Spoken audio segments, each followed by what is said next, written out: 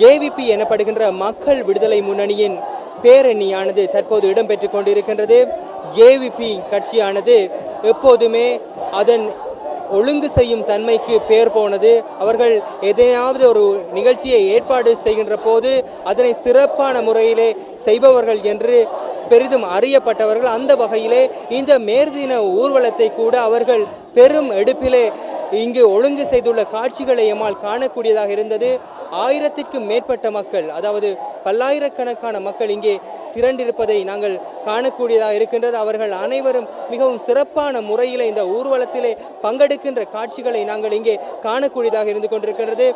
குறிப்பாக இலங்கையிலே தற்போது ஏற்பட்டிருக்கின்ற அரசியல் சூழ்நிலைகளை கருத்திலே கொண்டு இலங்கையிலே உள்ள கட்சிகள் அனைத்தும் தமக்கிடையிலான பேதங்களை மறந்து ஒரு அணியின் கீழே பான் கி மூனின் அறிக்கைக்கு எதிராக ஒன்றிணைய வேண்டுமென்று கோரிக்கைகளை அரச தரப்பினர் விடுத்துள்ள நிலையிலும் கூட இங்கே ஜேவிபி எனப்படுகின்ற மக்கள் விடுதலை முன்னணியானது சாதாரண மக்களின் கோரிக்கைகளை முன்வைத்து இந்த மே தினத்தை அவர்கள் ஏற்பாடு செய்திருக்கின்ற காட்சிகளை காணக்கூடியதாக இருக்கின்றது. சம்பள உயர்வை வாழ்க்கை செலவு உயர்வுக்கு ஏதுவாக உயர்த்த வேண்டும் என்றும் பல கோரிக்கைகளை இங்கே அவர்கள் முன்வைத்திருப்பதை நாங்கள் காணக்கூடியதாக இருக்கின்றது.